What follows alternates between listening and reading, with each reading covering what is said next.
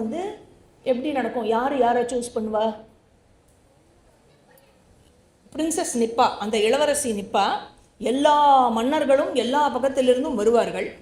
இவ வந்து யாரை சூஸ் பண்ணுறாளோ அவளோட கல்யாணம் நடக்கும், மற்றவாள்லாம் கிளம்பி போயிடுவா. சரியா? இது ரிவர்ஸில் நடக்குமோ? மன்னன் நிற்பான், எல்லா லேடிஸும் வருவா, ஒருத்தரை சூஸ் அந்த மாதிரி எங்கேயானு கேட்டிருக்கேளோ கதை?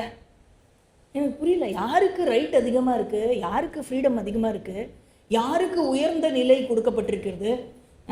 அதனால் வந்து இன்றைக்குமே நம்மளுடைய கலாச்சாரத்தில் ஆணும் பெண்ணும் சரிசமம்லாம் கிடையாது.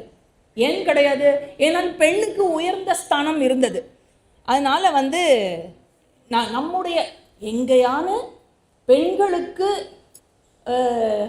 ஸ்தானம் வந்து சரியாக கொடுக்கப்படவில்லை அப்படின்னு சொன்னாக்கா அது சனாதன தர்மத்தில் இருக்கிற குறைபாடு இல்லை.